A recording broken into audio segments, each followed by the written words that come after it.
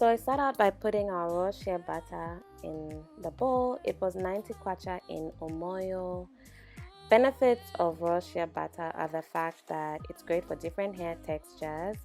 It smells okay, doesn't have a bad smell. It reduces scalp irritation. It's moisturizing because it's filled with vitamins A and E, and it prevents hair breakage. So it's a great main product for this butter. So you keep mixing it until it's fluffy and white. Kind of like when baking, you put in the butter and you mix it till it's white. So yeah, clean up the sides, the scalp, too soon.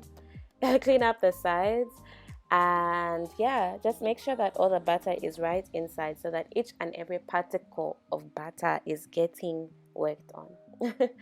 So yeah, you keep mixing and mixing. As you can see, the consistency changes. I think it took me about 10 minutes or so to get it to the best part. Olive oil is great because it increases elasticity of hair, cures hair loss, and promotes scalp health.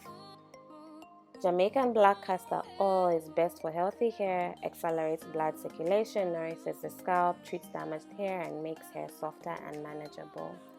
Peppermint oil has an amazing tingly feeling, which is great for promoting hair growth.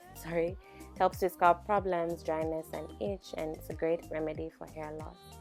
So we go in and just mix it, you guys. Make sure that all the oils are going in with the butter, and you just mix it on a low, what do they call that? Like on 1.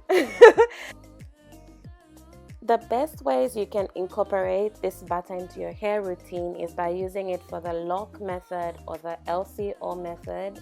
This is really great for that. I'll do a video on that really soon, but you can use it to seal in. So you use your water or your liquid, then you put the butter, and then you seal with oil, while some people put the liquid, then the oil, then the butter. But this is the butter, you guys. The butter I'm always talking about in my videos. This is it.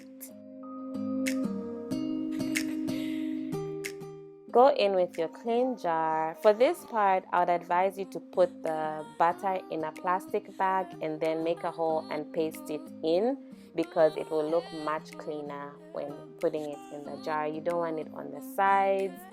I only realized that I should have done that way after, and I was done and ready to be done. So yeah, I hope you like this video. Don't forget to give it a thumbs up. But this is how it turns out, and yes.